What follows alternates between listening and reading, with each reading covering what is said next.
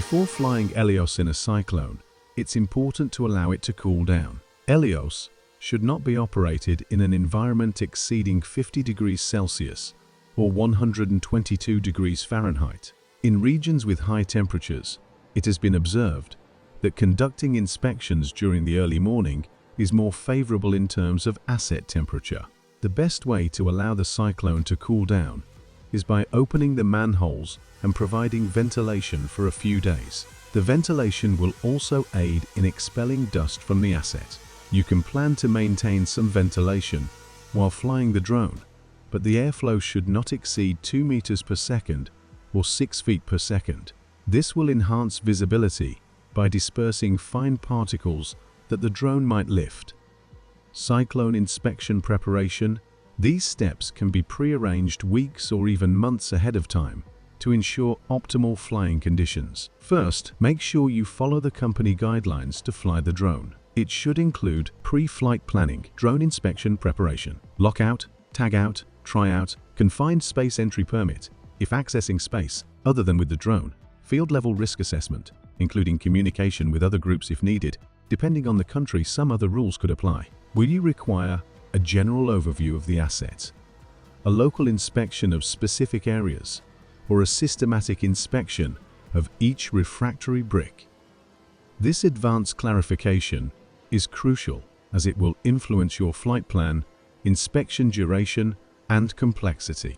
You can proactively determine the manhole from which you will conduct the inspections and outline the necessary preparations before the inspection.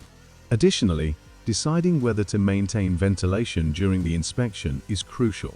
If you choose to do so, it's advisable to always fly the drone against the prevailing wind direction. This headwind will effectively push dust behind the drone, enhancing visibility during the flight. Risks in a cyclone. The dust. Cyclones can generate significant amounts of dust, particularly when flying near the lower section of the cyclone and over accumulated dust. Staying close to walls can aid in maintaining your orientation, and utilizing the live map will assist in understanding your location.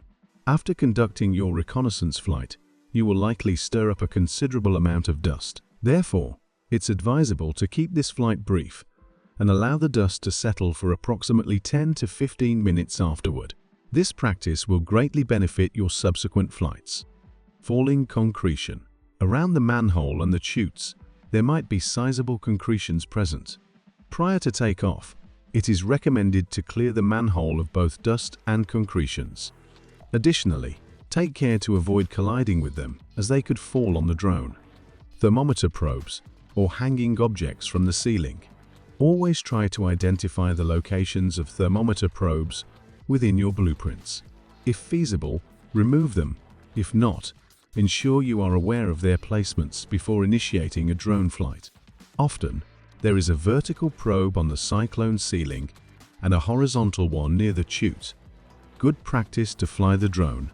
Ensure you are operating the most up-to-date version of the drone software. The simplest method to verify this is by connecting the drone's tablet to a Wi-Fi network and conducting a flight. If a new update is available, a warning message will appear. If you receive such a message, it is advisable to proceed with updating the drone.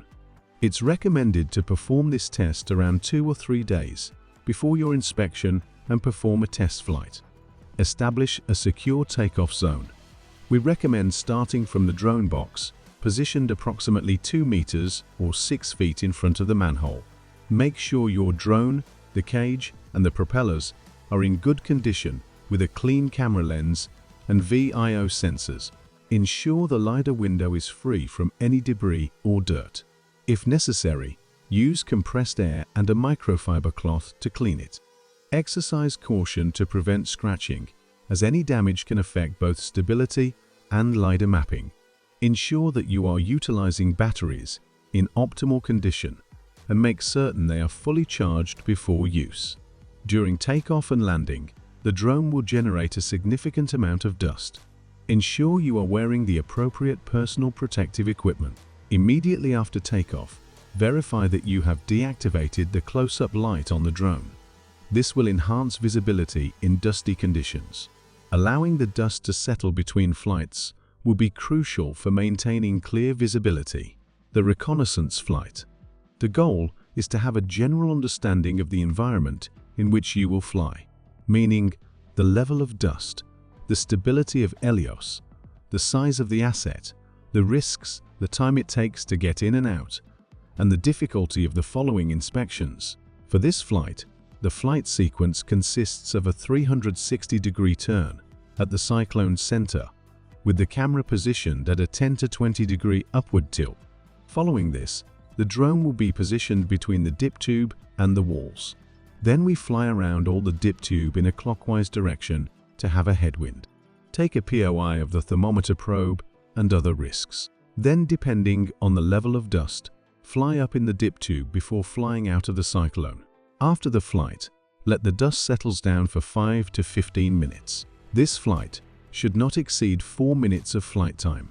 Upon landing, you have the option to review the recorded screen footage on the tablet.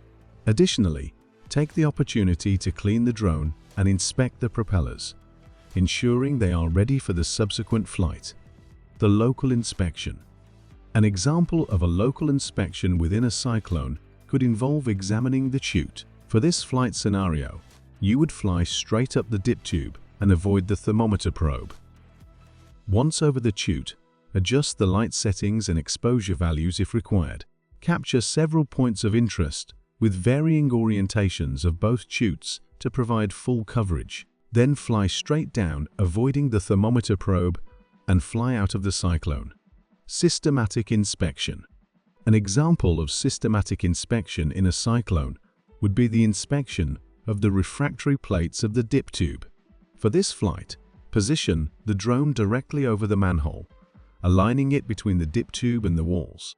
Orient the drone towards the dip tube, tilting the camera 10 to 20 degrees upward, and proceed to fly in a deliberate clockwise manner around the dip tube slowly. Depending on the height of the dip tube, you may need to complete 2 circuits at varying altitudes. Exercise caution to avoid the vertical thermometer probe, which will be within your flight path. Depending on what you find, you might want to do another flight inspecting the dip tube from the inside. Keep in mind the best practice is to fly in dusty areas.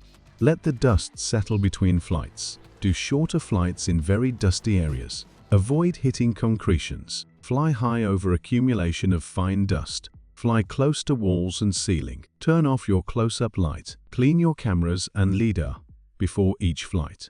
Check your propeller and your cage before each flight. Download the data and create a report.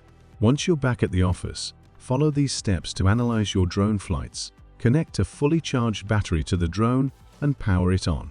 Connect the drone to your computer using a USB-C cable. Import the flight data into the inspector software. Review your flights within the software interface. Utilize the point cloud to take accurate measurements. Add or remove points of interest as needed.